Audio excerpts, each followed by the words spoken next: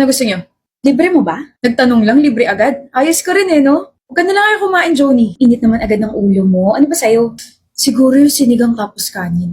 Parang gusto ko ng footlong. Yun lang yung kinikrave ko ngayon. Ay, wait. Pati soda. Ikaw ba, Abby? May cravings ka ba ngayon? Ang cravings ko ay bagong mga damit dahil 3-3 checkout sa'yo sale na sa TikTok shop. At hindi lang yun. May mga free shipping vouchers pa. Go to Shop tab and claim your 100% free shipping voucher nationwide. Click the free shipping hub at pwede ka na bumili sa beauty, fashion, lifestyle, or any tech products. Exclusive rin this 3-3 ay may free returns na sa TikTok shop. All you have to do is go to Orders tab, click the order you want to return, click return item, and select the mode of return na convenient para sa'yo. Tandaan, claim your 100% free shipping vouchers nationwide and get your carts ready para pare-pares tayo masaya this March 1 to 3 for TikTok Shop's 3-3 checkout saya sale. Wow! Sana mabusog ka, Abby. Huwag ka nang kakain na. Mag-checkout ka na lang dyan. Tara na. Tara na. Huh? Wait! Gutom din naman ako. Wait! Hi girls! Have you seen my vlog? Oh my gosh, yes! Super ganda ng Barcelona. Alam mo, feeling ko nandun ako kasama ka. Tapos yung mga haul ng mga clothes mo. Girl, ang gastos in fairness ha. I just spent 700,000 pesos. Sa mga bags mo pa lang, mabubutas na yung wallet mo. Ano ka ba, Kara? Never mabubutas yung wallet ko. Dad just transferred a lot of money in my bank account, so why not spend it, right? Tapos alam niyo ba, muntik ko pang awayin yung friend ng cousin ko kasi I wanna buy a bag in red and blue. Tapos bigla siyang humirit ng, one bag is enough. Nakakairita, diba? Pakilamera? I know, that's such a poor people word. Excuse me? Come on, Jamie. If you settle for one, it shows that you can afford more and nakakalungkot yun. Wait, na-offend ka ba? Baka hindi mo rin afford. The heck, Denise? Just kidding!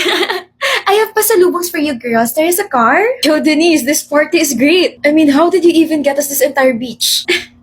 Philip, my dad is the mayor. He closed it for maintenance on paper, but in reality, it's my playground for the weekend. That's cool. Anyway, my dad wants to know if your father could help us with some permits sa construction namin.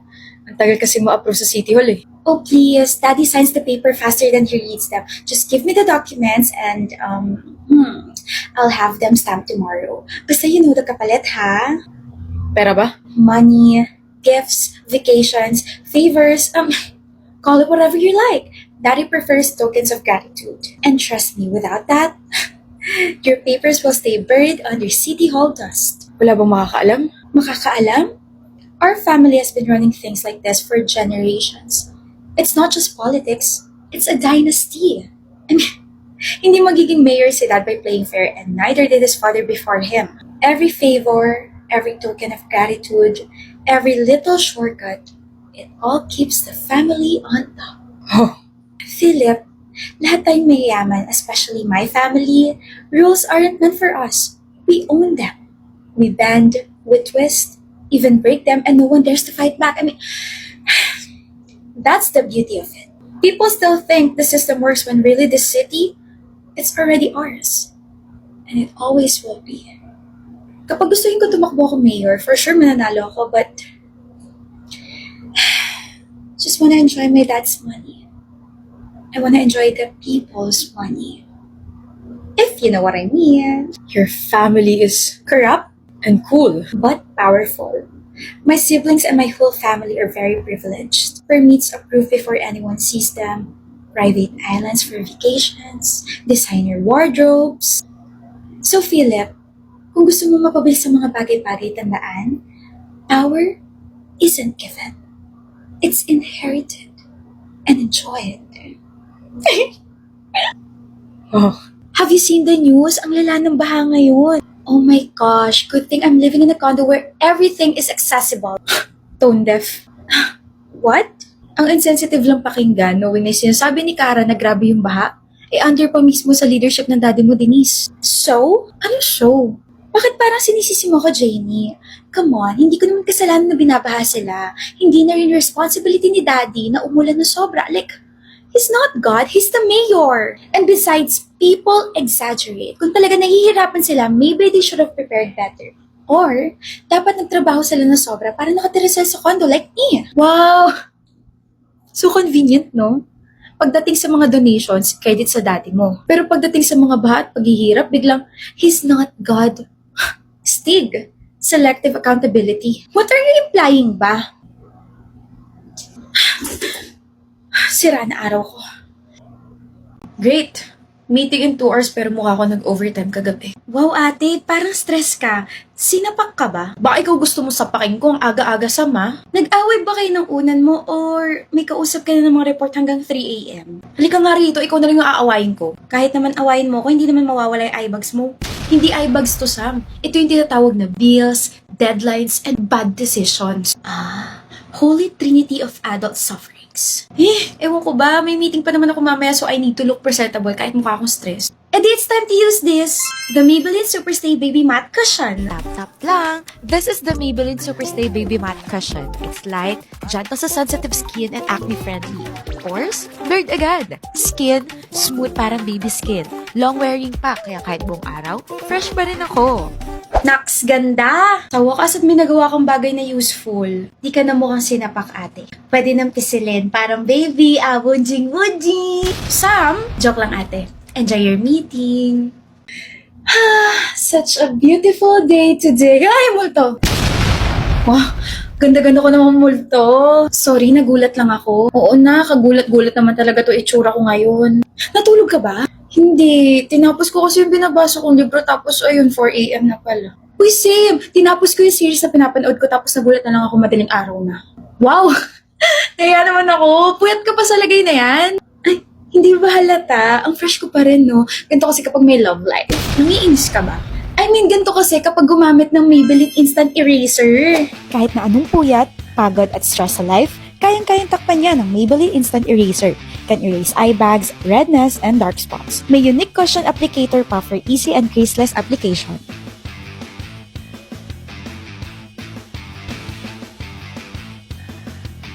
O alam mo na yung secret ko ha, kapag blooming palagi, kailangan na Maybelline Instant Eraser. Tama! At masayang love life. Visit ka. Wait, nagpa-lip filler ka ba? Bakit ang plump, ang glossy, and no lines at all? Fillers? Girl, hindi kaya. It's just strawberry milk magic. Stop lying. Tell me your secret. Kasi meron ako nito. The Shiglam Crystal Glazed Lip Care. Instant lip plump. Even Kardashians would call this pro. Best part, it hides lines and gives color. Care plus tint, one stick, done. Kalkal kung kalkal ka dyan ah. Naghahanap kasi ako ng bagong lippy. Oh, found it. Wait lang. Anong amoy yun? Ba't ang bango? Parang amoy rom-com na sweet. Berry smoothie. Sweet, fresh, tapos may fruity vibes.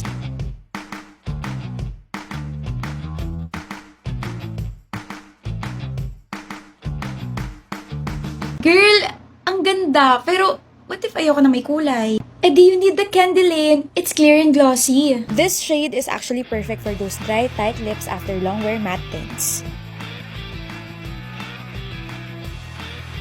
Ayoko na. Naiinggit na ako sa'yo. Bigyan mo nga ako. Bigyan mo ako na isa. Click the yellow basket and you can get these. One stick, total lip glow up. Care plus color in one. Seriously, grab yours now. Ano ba yan? Nakakasilaw. Oh, dapat pala nag-shades ako kasi parang bigla ako nakakita ng liwanag eh. Bakit sobrang kinang mo? Ay, napansin mo pala. Sobrang na-excite kasi ako gamitin tong bagong binili kong focal year highlighter. Ang ganda! This highlighter has a mochi-like soft texture, melts upon touching the skin. Can enhance the eye makeup, highlight the bridge of the nose, and brighten the high points of the face.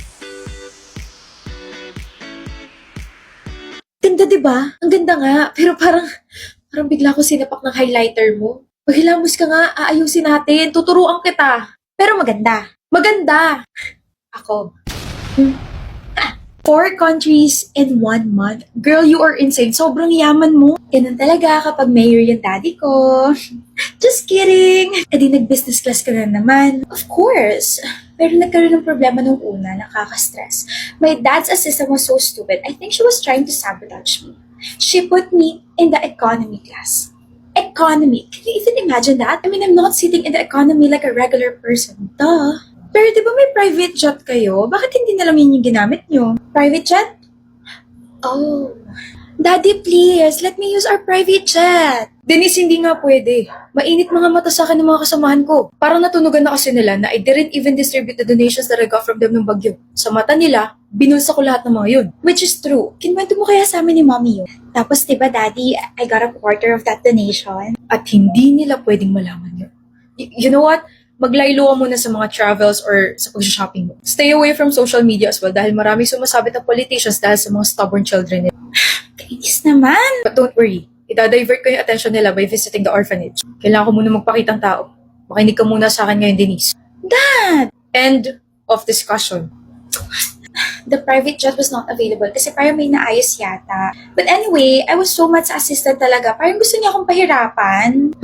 Just be grateful na nakakapag-travel ka. Also, upgrades are limited. Baka she put you in the economy class kasi naubusan na. Stupid pa rin siya. And Jamie, for the love of someone, this is my grateful face, okay? So manahimik ka na lang if you don't have anything nice to say. You're always trying to be a bad friend, right, Kara? I'm not trying to be a bad friend. I'm just saying na hindi lahat ng tao nakakapag-travel. Also, your dad's assistant was just doing her job. Oh, please, Jamie, don't preach to me. Hindi ko fault na my life is better. That's just how the world works. Some are born to suffer, some are born, well, like me. Yeah, born with the taxpayers' money. Ano sabi mo? My dad works hard for the city. Works hard, wala nga natatapos sa projects under his leadership. Be for real, Denise. Dad, ikaw ba tinutukoy sa news? Ayon sa kasalukuyang investigasyon, limpak-limpak na pondo ng lungsod na nakalaan para sana sa infrastruktura, kalusugan at social programs ay umano'y nailihis sa mga pribadong account na konektado sa mayor ng lungsod na to. Nagkalat ang mga peking dokumento, ghost projects at kaliwat kanan sa buhatan ng mga kontratista. Wala pa ring pahayag mula sa tanggapan ng mayor habang nananawagan naman ang mga mamamayan ng pananagutan. Jessica Rivera, nag-uulat. Dad, paano na ako? Paano na kami nila, Mommy? It's also all over the social media. Binubuli na nila ako sa comment section. Akala ko ba walang makakaalam? Don't worry, anak. I'll fix this, okay? Babayaran ko lang sila and besides, kakampi natin yung gobyerno. Lilipas din yan, matatabunan na ibang issues, makakalimutan ng mga tao. I've been trying to call you, but you girls are not answering the phone. My gosh, I'm glad I found you here. I need comfort. Kasi hindi maganda yung morning ko. Like, people are so gullible. They are all over my comment section saying my family is corrupt. Naniniwala sila masyado sa fake news. Bias naman itong mga cheap journalists na to. Hindi ba? Jamie. Huh? Hindi ba totoo? Stop being clueless. Aware ka. Alam din lahat yan. Tsaka hindi lang yan sabi-sabi, Denise. May audit, may documents, may evidence. Alam mo, Jamie, kontrabida ka talaga. These so-called documents are probably for my dad's enemies. You know how politics works and my dad is respected. Hindi siya corrupt. Kaya lang naman nagtagal yan daddy mo kasi binibili niya lahat ng mga dapat mong salita. Officials, media, and even voters. And you? Isa kang poster child ng nakaw na yaman. Yung mga relief goods at mga donations na para sa mga nasalanta, ayun. Napunta dyan sa closet nyo as designer bags, designer shoes, and designer clothes. Yung kasadang dapat tapos na, ayun, binabahanan naman, sira na naman kasi bulok yung materials na ginamit eh. You think you're better than me? Oo, kasi hindi naman kami kumakain ng isang pagkain na galing sa nakaw. Hindi kami natutulog sa isang kama na binili gamit yung perang dapat pambayad sa ospital. Hindi kami bumabiyahe or nagta-travel gamit ang isang private jet na galing sa buwis ng isang taong naglalakad araw-araw dahil walang maayos na public transportation. Jamie, you're so cruel. Alam mo, Denise, kung iniisip mo na luxury defines you, wake up. You're not powerful. You're pitiful. You only shine just because your family steals the electricity.